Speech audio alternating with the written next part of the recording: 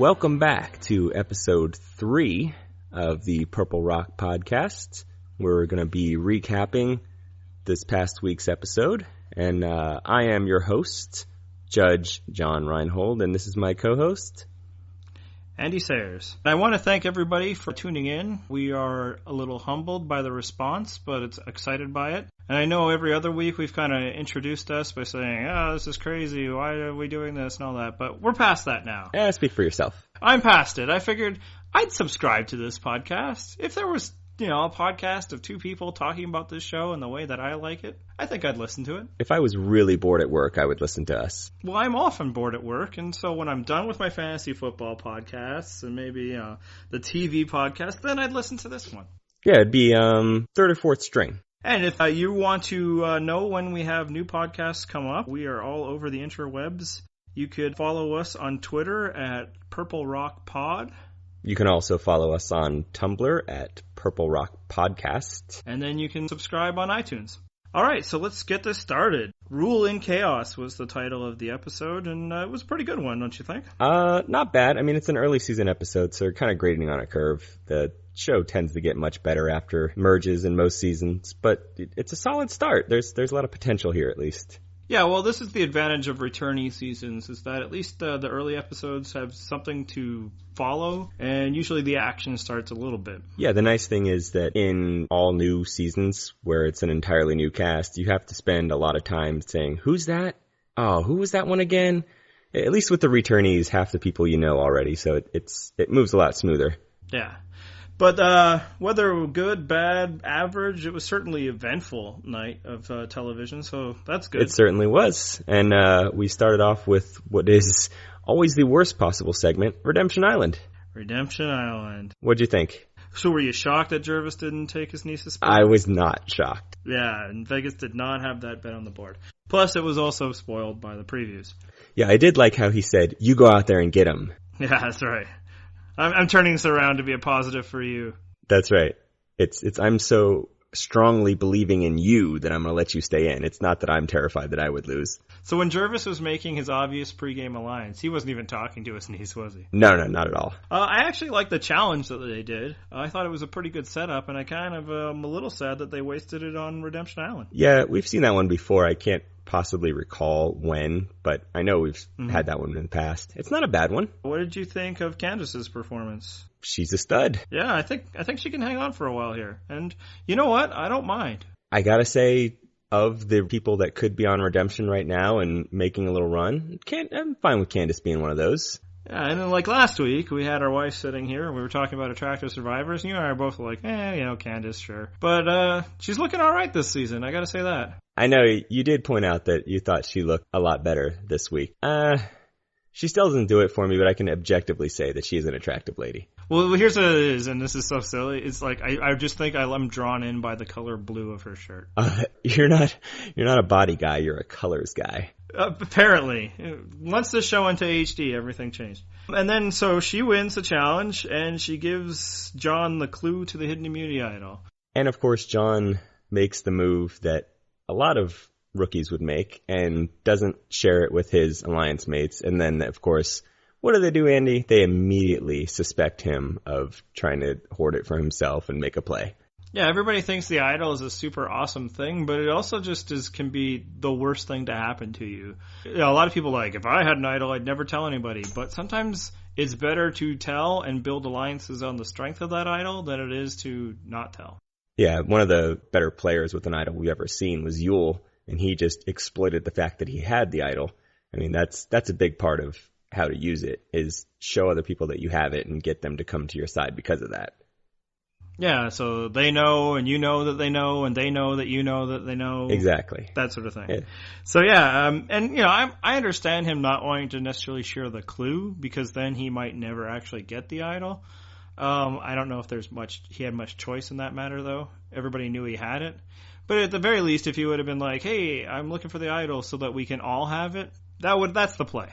There is also the distinct possibility, though, that he shares the clue and then, say, someone like Brad actually finds it and pulls a coach and says, oh, man, we got to keep looking. We'll never find this thing. Yeah. Or maybe at that point he could pull that if he found it and pulled the code. That would be a better decision. It would certainly work on Brad. You show that you have some level of honesty and then be dishonest. Hiding the idol only works if nobody knows anything about you, finding a clue, looking for an idol, anything like that. Exactly. Which is pretty rare. All right, so we're burying the lead. Rupert is gone. No more Rupert. No more half-assed Rupert impressions by me. I was going to say you should at least give us one final Rupert impression on his way out. I do the Rupert roar, but we never got the Rupert roar, so I guess I'm out of the game. I don't know. Oh. You'll be missed, Rupert. Not much, but you'll be missed. So here's the thing. He brought up when he was leaving that, yeah, he was taken out without a single vote cast against him, which is absolutely true, and I think that kind of sucks. Not from like a fairness standpoint that, oh, poor Rupert, but it sucked that we missed getting to see Rupert get voted out of the game. You're so cruel. I saw some comments this week about how Rupert obviously is not the same guy from his first season that a lot of people loved, but everyone just kept hoping that guy would return. So it was just a tinge of sadness to see him leave. It could fit in a very, very small container, but it was there. Look, I'm going to be completely honest. I loved Rupert in Pearl Island. So did I. I mean, as it kind of wore on and he was like, "You voted against me," I was kind of like, "Oh, cool it, Rupert. Come on, be cool." But yeah, he was good. But I think this is always going to happen. If you kind of develop like a kind of a folklore impression with your first time and you become America's sweetheart or their favorite player, you can only fall from that grace. We saw it with Rupert. We saw it with Stephanie. We've seen it before. We saw it with pretty much the whole Heroes tribe. Do you think this is why Colleen has never come back? She doesn't want to ruin her America's sweetheart reputation? I think she hasn't come back because she's decided she didn't like the spotlight, but I think it's an ancillary benefit, definitely. I mean, think about how much we loved Elizabeth Hasselbeck back in Australia, and now we never want to see her ever again. That is a true statement. So, but here's the problem with Rupert never getting voted out, is that nothing's changed. He's going to be back in a few seasons, and he's still going to believe he's the great hero. In fact, he added a new chapter to his heroism. And everybody who loves Rupert is going to say the same thing. Oh, look at him. He's the sweet man who helped his wife do whatever she's going to end up doing. And then those of us that don't like him will be like, what an idiot. He took himself out of the game. But no part of the dynamic changed. He's still going to be talked about by Probst. He'll probably get talked about in the reunion show. I will go vote for Rupert for governor just to keep him from coming back again. All right, so Redemption Island, it happened. It will continue to happen. The more interesting parts of the show is that we finally got to see what was going on at the returnees camp. Yeah, we had kind of seen last week that Colton was trying to forge this new persona of, I learned from my mistakes the first time. I'm not that same guy.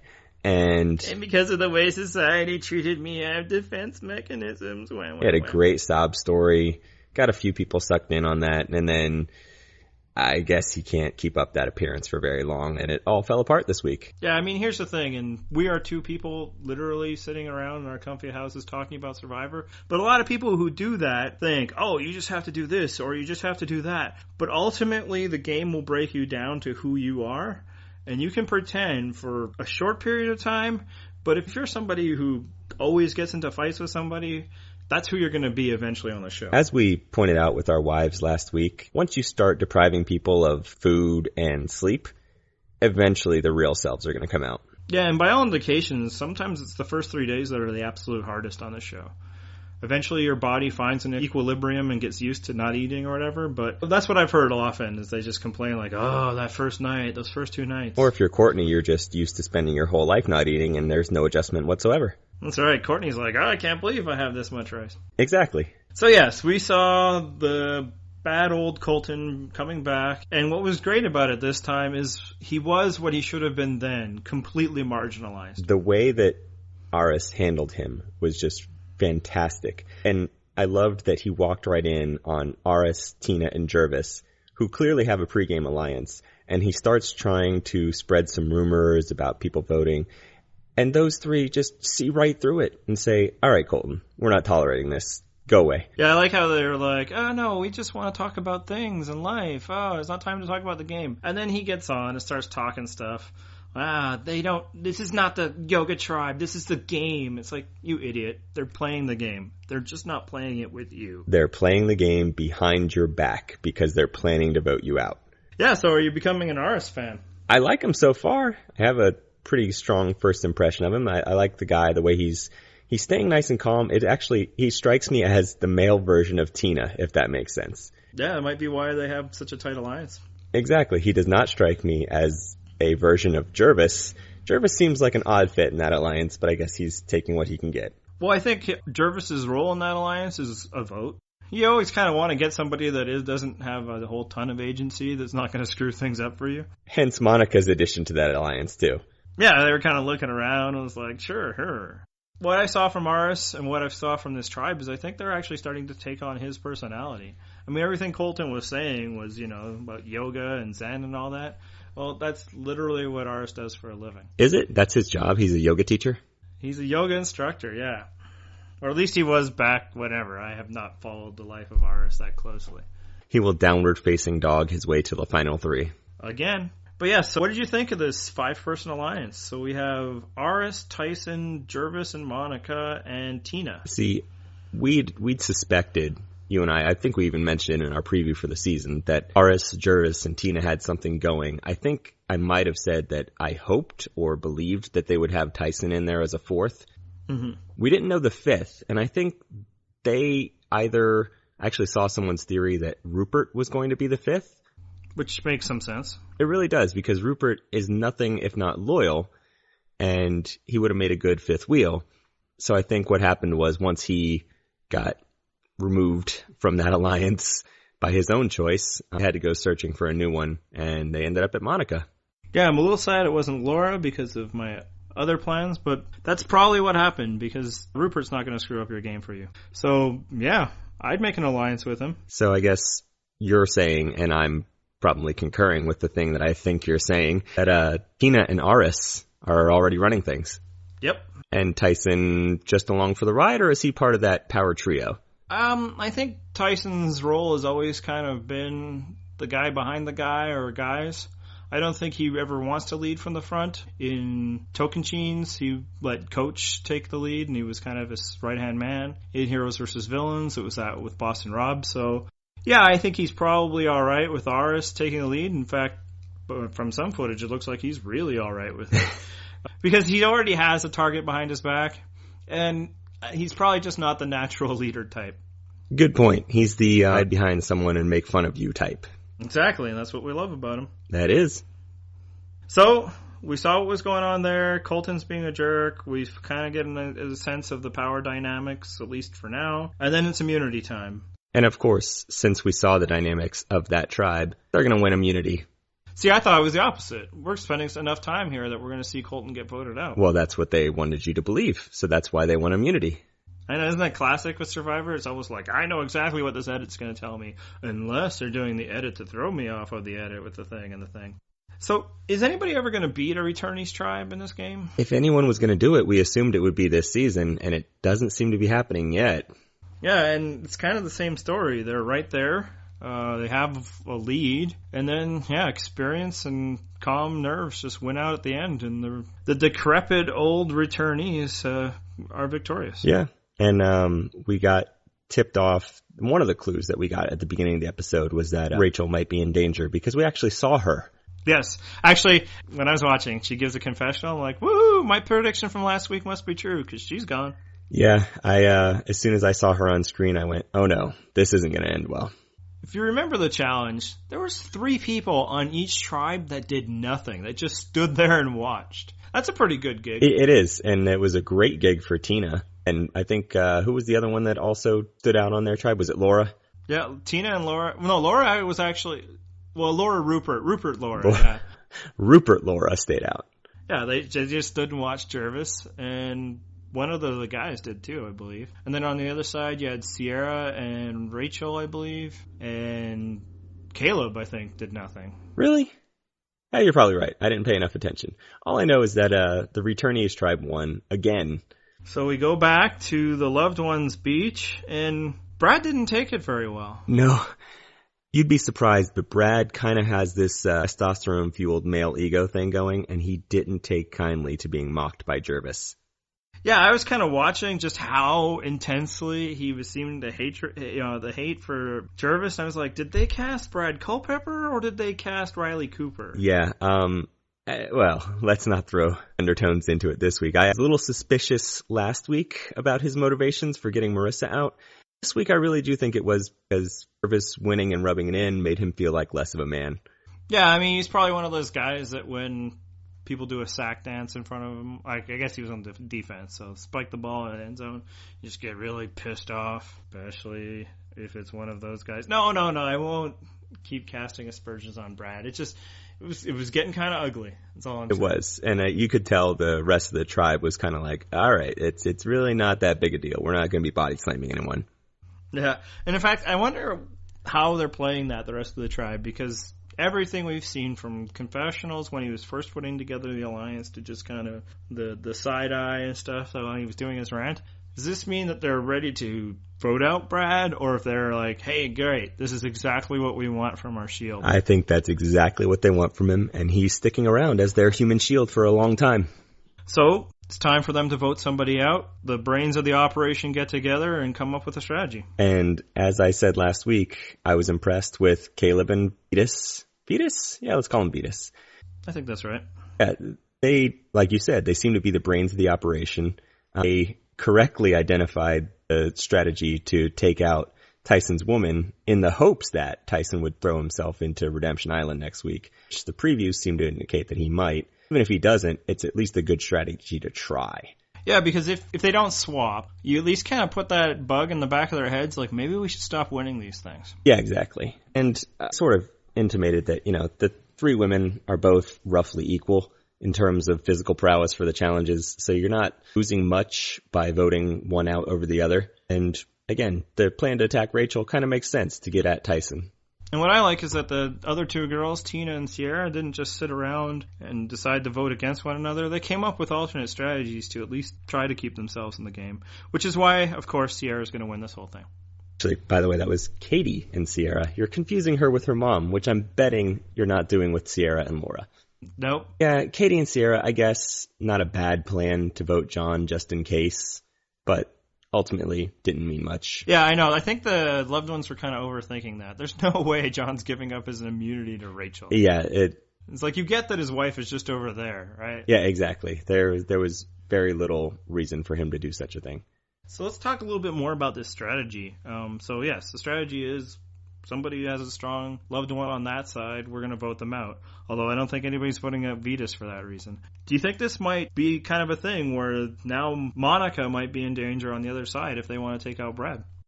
She would be, except that I'm quite confident in 5-person alliance they've already got going that we've seen.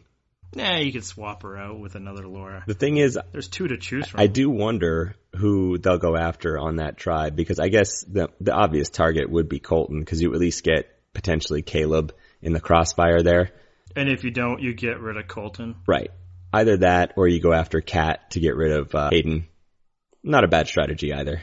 So if this becomes a thing, and I guess it has already become a thing, does this give an extra advantage to players like Tina, Sierra, Laura, and Katie? Because nobody is afraid of their opposite number? I think it does. And good on Tina and Laura for figuring that out. See, I mean, I don't want to say that that's like one of the reasons that I put into my thinking of who might do well, but I'm totally saying that. Yeah. We'll retrospectively go back and add that as one of your predictions for the season. I do control the edit. Yeah. All right. Any other thoughts on this episode? Other than the screams of no as I saw them executing the plan to get Rachel out and worried that Tyson might actually fall for it and take her spot in Redemption, not much to add. Okay, so for our next segment, we are doing another interview, and this time our interview subjects are not sitting in the room with us. It's our first ever online guest. As you may remember if you've listened to the show from way back in the beginning, Judge and I, John and I, whoever we're calling ourselves now, met on the AV Club message boards where we talk about Survivor. So we brought somebody else from the message board. He's young enough to be our son in some crazy Adam Sandler type movie way. Oh no, I broke our unwritten rule of never discussing Adam Sandler movies unless we're talking about terrible Survivor rewards. But welcome to the show. We're going to call him Sheldor Stinson. Yes, I don't really like that username. I actually don't like it at all, but I also don't want the people of the internet to know my true identity. I'm like Batman. Okay, no problem, Clark Kent. Sounds good. Oh, wait, you said Batman. Bruce Wayne. You're Bruce Wayne. Damn it. I'm not editing that out. Nor should you. Let my shame live on. All right, so Sheldor, we know why Judge and I do this conversation because we just think about Survivor too much. What's your relationship with the show? How long have you been watching? That sort of thing. I've been watching the show since, I think, Australian Outback. I was like 6 or 7 years old when it started. I watched it with my family, and I've pretty much watched it with a few breaks ever since. I didn't really get into like the internet commenting scene until Survivor Philippines, though, because the show got really good all of a sudden. Yeah, there was a long lull in there where the show, I mean, I checked out on it and I eventually came back, but there was a period there where just the show wasn't doing it for me anymore, and I'm guessing that applies to a lot of people. Maybe not you. Yeah, I didn't stop watching it, but from around Nicaragua to One World, it was somewhere between obligation and hate watching. Yeah, Nicaragua, I've said this before, but Nicaragua to me is the most painful season the show has ever done. That's as close as I've ever come to not watching the show. That and early portions of Fiji. But yeah, Nicaragua is the absolute nadir of this show. I would agree with that. So, oh, good. We all agree at what is terrible about Survivor. What is not terrible about Survivor is freakish knowledge of the show, and that's part of the reason that we wanted Sheldor on this time, because there is a quiz online that I'm sure you guys can find. I don't have the website in front of me, but it was a quiz to name the final 4 of every Survivor season. You get 10 minutes to do so. I can't even recall the number of people that I got, but it was probably 3/4 of them. And Sheldor, you managed to get every single one of them with time to spare. I did. Yeah, and I haven't even seen every season, but I just have a large array of useless Survivor knowledge. You may think it's useless, but one day you too might stay up all night talking and hosting your own podcast for hundreds of people to listen to. That's true. It's finally come up. Exactly. So Sheldor, what do you think about the season that we're watching so far? I actually like it a lot more than I expected to. I was a little concerned about the blood versus water concept. I thought that the strategic elements would be interesting, but I was also concerned it would just be one big giant loved ones episode. But so far it's been a lot more interesting strategy and a lot less hysterics, even though there have been some of both. And I was pretty optimistic about the cast from the beginning. I guess more optimistic than most people. And so far, the cast has really delivered, except for, Colton, but no one really expected much out of him. So, all in all, I'd say a very promising start. Yeah, I mean, I think Colton is basically delivering what they expected him to deliver, which is the things that none of us want to see again. Yeah, I actually don't hate Colton nearly as much as most people seem to. I mean, I think he's a horrible human being, but I also think that in concentrated doses, he makes for pretty entertaining TV. Which I think is a minority opinion, but I stick with it. The thing is, Colton's little shtick that he runs actually did work the first time out, but you can't run that same scheme against the veterans as we saw in this last episode. It's tough to even run it ever again once somebody's seen it. Like, the true villains, either they come back and they totally act different, or people are onto them and they vote them out. The one big exception was obviously Russell, and that's because nobody has seen him do it. Yeah, Russell kind of got a free pass by doing the back-to-back season thing. And obviously when Russell did get a chance to play again after people had seen him, they voted his ass right off because they knew what he was capable of. Yeah, and that's basically, I think, what we're going to see to Colton. In some ways, it's karmic justice, because he wasn't voted out in One World. He didn't actually pay the penalty for his behavior unless you really believe in a high level of karma. So I'm hoping we see that, although I'm worried that we're not going to get to see him voted out. The previews were a little... I'm not sure that I buy Colton quitting, but it also wouldn't totally shock me. Nothing about Colton would shock me. Is there anybody else on the cast, particularly of the new people that we haven't seen, that sticks out to you as a potential winner from the group? I definitely think Vitas has been doing very well. I had mixed feelings about Vitas going in, but he's totally risen above my expectations. I kind of feel that he's leading more toward an epic blind side than a victory, though. And also Caleb. I really like Caleb. The only problem with him is obviously that he's Colton's loved one.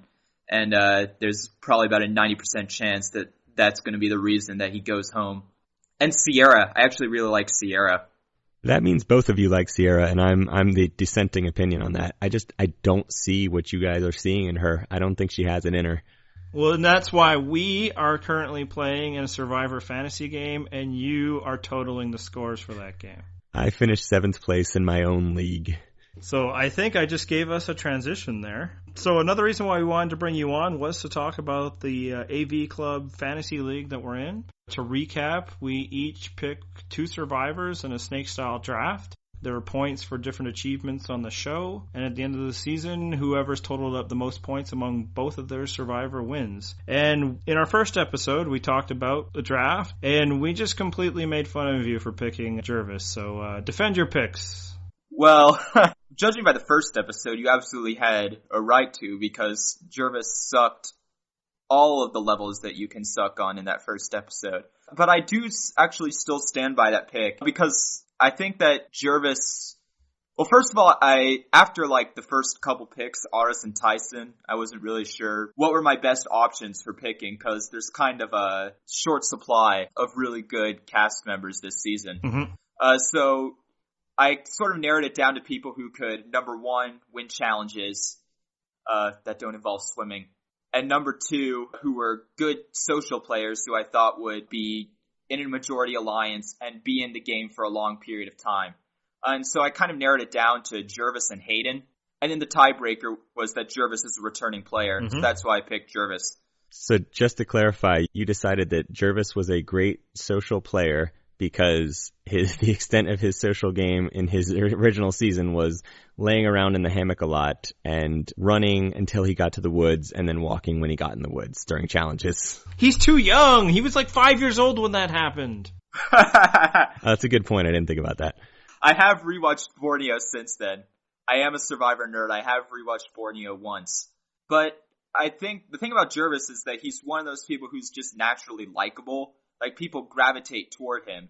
And he's also someone who, like Tyson, you know where you stand with Jervis. So yeah, the thing about Jervis is, as bad as he looked in the first episode, and how much we made fun of him, now he kind of looks like he's set up to go a long way. So maybe we should shut our big fat mouths. This is, again, why I didn't end up in this league this season. So what do you think about Jervis's position in the Power 5 alliance of the returnees?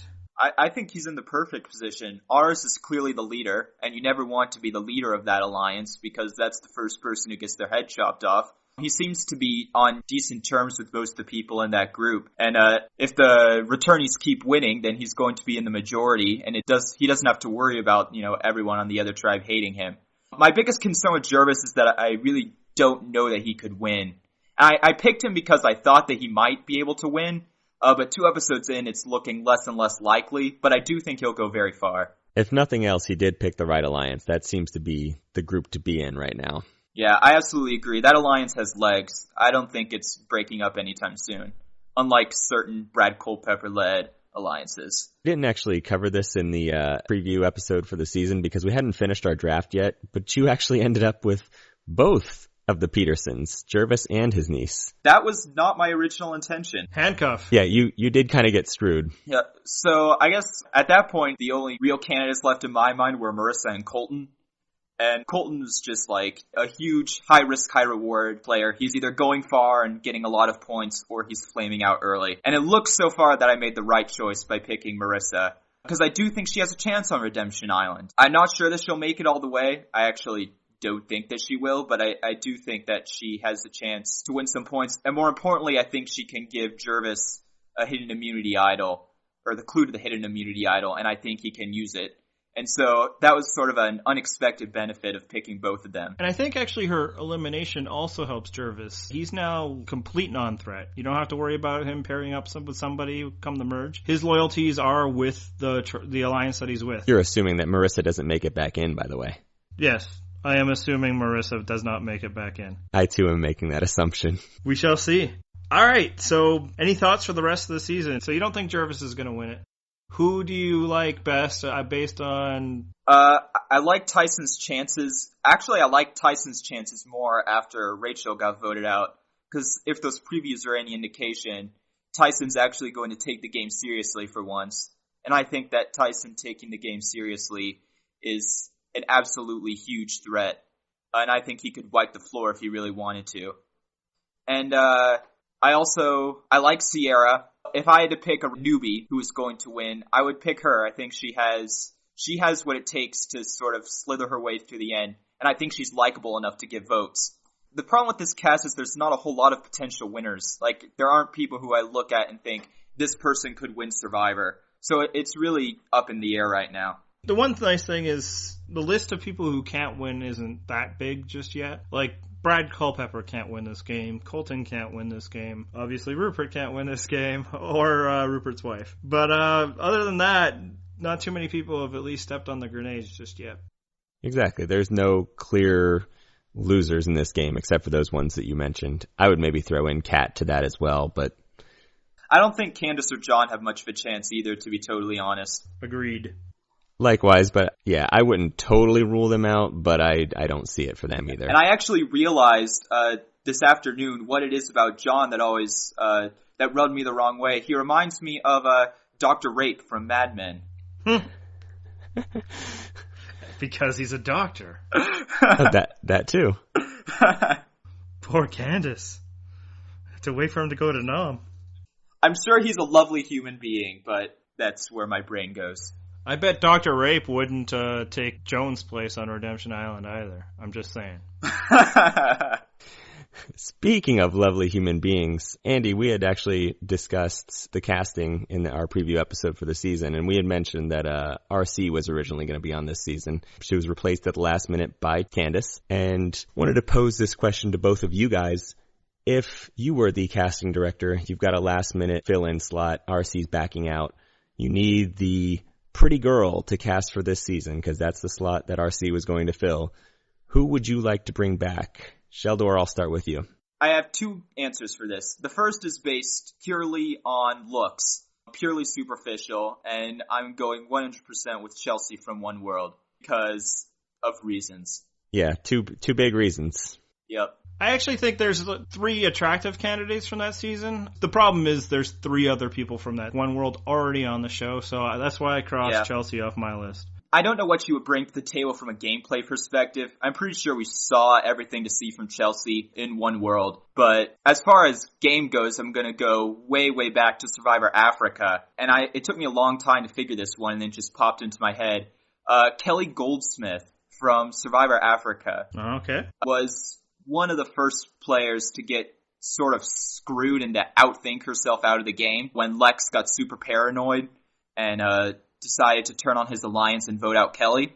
I don't know what she looks like because it's been 10 years now, and I'm pretty sure she's moved on from Survivor, but I do think that she would be an intriguing candidate. And I guess this goes back to your earlier discussion last week about old-time players you want to bring back.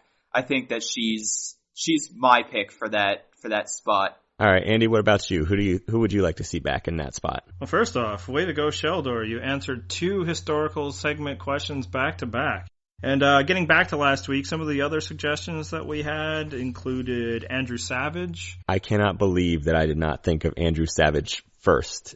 I was listening to this podcast and I'm like, when are you guys going to point out Savage? He's clearly the obvious choice. He really is. Savage is interesting because I think he just got screwed by timing.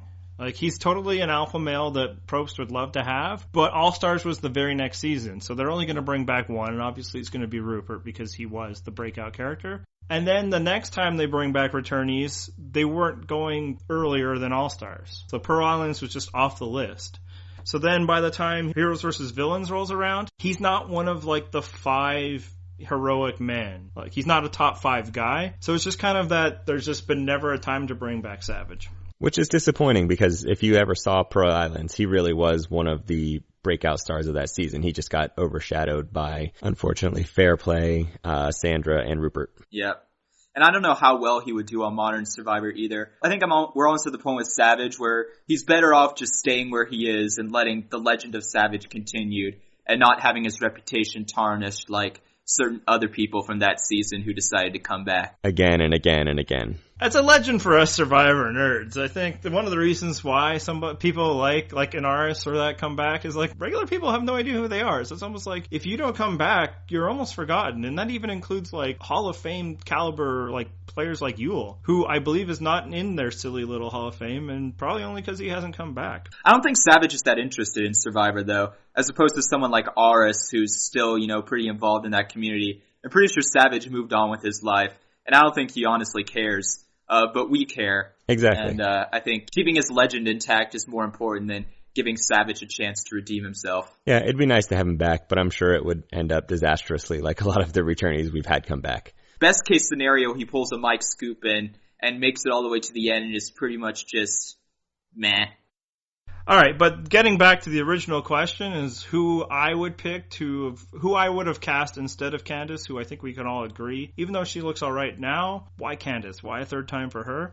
If you were just going superficially, replacing the Babe RC, you could have just gone with another person from her cast and picked Angie from Philippines. Oh, Angie. Who completely superficially. But I actually have a better pick than that. So just attractiveness is obviously part of what they were casting for, but doesn't mean that we can't cast somebody who's also good at the game. And I'd like to bring back Danny Boatwright from Guatemala. Nice. Yeah, it's kind of the forgotten season of Survivor. Nobody has come back from that season that debuted that year. So Stephanie has come back, but that was already her second time out. And it's like they've just forgotten it, and it's a pretty good season. It really wasn't bad. I mean, we had Danny suspiciously being able to identify a former NFL backup quarterback, but she was a great player, though. He was a cowboy. Like, cowboys were on TV all the time back before Sunday Ticket or anything, right? I don't know. We only got hockey up here. If it's not on the ice, you don't know about it. But, yeah, and she was a radio sports person. I have no idea what you guys are talking about. A little before my time. Yes. Well, Hogaboom is before both of our times. Let's just be clear. We're not quite that old. But yeah, so she is into sports. She was in a radio show then. She's done sports broadcasting since then. So I'll not be too conspiracy theory and say, sure, she figured it out. I mean, he was using the name Gary after all. It's true. He didn't hide the first name at least. Yeah, and she wasn't on his tribe. So it was just like, hey, that's that Gary guy. It's like, Gary Hogaboom. But yeah, she was a pretty good player. If you're ranking the winners, she doesn't rank as one of the best. She probably doesn't even rank in that middle group. But I had no problem with her win. It was a really great kind of underdog comeback story. She had a really strong social game. She was athletic. And yeah, I'd like to see her come back. I think the rumors I've heard with Danny is that she wasn't the names floated around for this season, but I believe that she has stated on record that she's holding out for the fabled all-winners season. And that's the only situation where she'll play again. So here's the thing, and probably if we ever do these questions, I'm just going to keep picking former winners because I want an all-winner season. And I was thinking is they bring her back for the same reason they kind of bring Aris back, is almost like you need to refresh the character before the big, bad, all-winners season blowout. Well, on that same topic of bringing back winners, my first choice would be him, but I believe she had a slight bump in her belly area that would have prevented her from coming out in this season. So she's ruled out. So in her place, I would actually pick, and I think you guys are going to like this one, Amanda Kimmel. Why not just keep bringing back Amanda Kimmel? Let Amanda get to the final jury of every season that she gets to and just watch her crash and burn in an entertaining fashion. Even better is that she would do so poorly in front of the final jury that even her loved one would not vote for her. That would be a fantastic thing to watch. And really, she's definitely no slouch in the looks department. I think she beats either RC or Candace in that department. Yeah, she's clearly top 5 in any list there. I would go on record and say Amanda is second only to Chelsea in the Survivor looks department. Okay, well, I disagree with you on that. I'd rank her higher than Chelsea, but that's okay.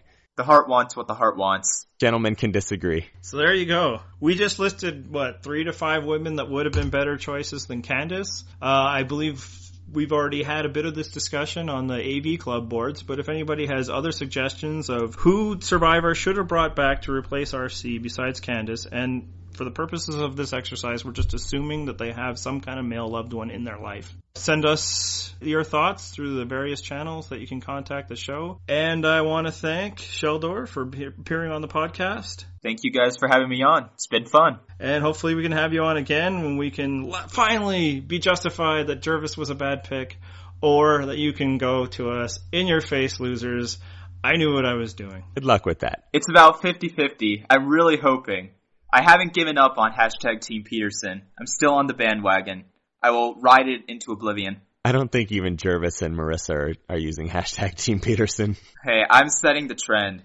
All right, that was a good segment, I think. We should maybe have guests on more often. I nominate M. Ratfink. All right, you've been called out. So let's quickly wrap this up with what do you think is going to happen next week? Who's going home from Redemption Island? Actually, so here's the big question. Is Rachel staying on Redemption Island? Before I could answer, I was going to say my guess hinges entirely on whether I think Rachel will actually get her place taken by Tyson or not. I almost hope that she does, just so maybe Candace will end up getting booted and then John will regret having made that move. But if I understand it correctly, and it hasn't been established on the show yet, but say Tyson takes her spot, can't he then have her take the spot back at the next challenge? Yeah, so I actually read this just today. Probst did offer Eve to Laura and John, like, again, do you guys want to switch back? Nice. So every challenge, that question will go out. It's just, it wasn't interesting TV, so we didn't see it. Perfect. So then any challenge where being a spider monkey would be useful, Tyson can jump in there, handle some business, and then jump back out. So the preview seemed to suggest that Tyson was going to make the move. He stands up. We see something happen. Is he doing it? What's your call?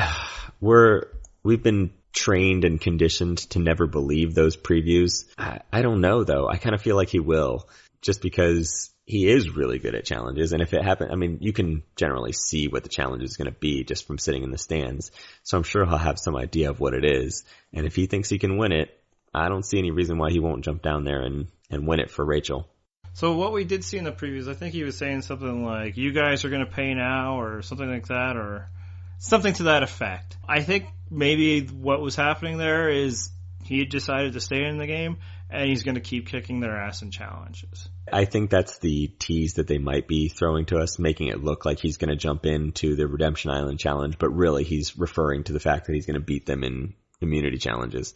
All right, so speaking of potentially misleading previews, is Colton quitting? No, I don't care. Yeah. I don't want to talk about Colton anymore. He's such a one-note character at this point.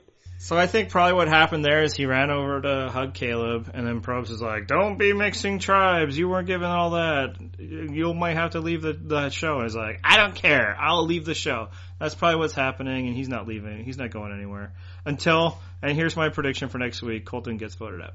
I can get on board with that. I can see that happening at least. That was our prediction last week, so we'll just keep riding that. Next time returnees go to Tribal Council, it's going to be Colton. We'll just keep calling his name until it comes true. The only problem with that is it does hinge on the returnees actually losing a challenge, which hasn't happened yet, but it's bound to happen at some point, right? Yeah, or, they'll just decide to, like with Brandon Hance. They didn't actually lose there, right? All right, so then let's talk about the other side. Do you think this five-guy alliance is going to hold up? We didn't actually say who we thought was going to lose from Redemption Island. I'll just say Marissa. What about you? Yeah, last week I was sure it was going to be Rupert, and we were right. But, yeah, I mean, this will be her third ever Survivor Challenge, right? There's got to be some nerves involved. Experience matters, and she's not going to have it. That said, if she's up against Rachel, that might be enough, and we could say goodbye to Rachel. Fair enough. But sure, let's go with Marissa. Okay, so on the other side of the coin, we kind of saw a few potential cracks in the alliance of the five guys. I think that means if they go to Tribal Council, looked like it was going to be the path of girl, girl, girl. I think that falls apart already, and I think John's going next. It's going to fall apart. The question I have is it going to be at the next vote, or is there going to be one female left before it falls apart? I don't know. I could go either way on it. See, my prediction, and I'm just riding a hot streak of predictions here, is by next week we're already going to kind of see a new power alliance on that side, and it's going to be Vetus, Caleb, Sierra, Katie, and Hayden. This is a good transition to the fact that I have a very specific prediction for Vetus this season. I have no outside spoilery information or anything like that. I get a vibe from Vetus and from the production value stuff that we've seen from him so far. The sob story that we got in episode 1, just everything that we've seen from the show so far in all of 2 episodes, to me, reads like Vetus makes, say, final, let's say 5. It's going to be pretty deep in the show. Aris is going to flip on him. And I think they're setting Vetus up as a future returnee. I don't think he makes final 4. I don't think he wins. I think this is the show trying to build up another character for a future season. This is the first chapter in the Vetus saga. That's what I'm thinking. And we'll see him next year in the Vetus versus Malcolm season. I think they would have Malcolm in every season if he would allow it. They basically just like, you know what, Malcolm, we don't care about your loser brother. Go get some calories on because you're coming back. And you know what? I'm cool with it. So am I. I don't have anything against Malcolm. He was one of the rare people who actually didn't disappoint or degrade from their original iteration when he came back. All right, so feet to the fire. Who's going from that tribe? Katie. All right. You wanted to say Sierra just to see if you could bother me, right? I did. I debated it, but nah, I think Sierra actually is in a little bit better with those guys than Katie is. Okay, so that's this week's episode. Thanks, everybody, for listening. Anything else you'd like to say? Anything you want to email us or have us talk about, get us on Twitter, Purple Rock Pod. Email us at Gmail, purplerockpodcast@gmail.com, or do whatever it is people do on Tumblr, which we have a Tumblr page, so I don't know, you should tumble us. Tumble? Yeah. Share? Reblog. That's what it is. That's what you do at Tumblr. I'm old. All right, so thank you again for listening, and we'll see you next week. All right. Thanks, Andy.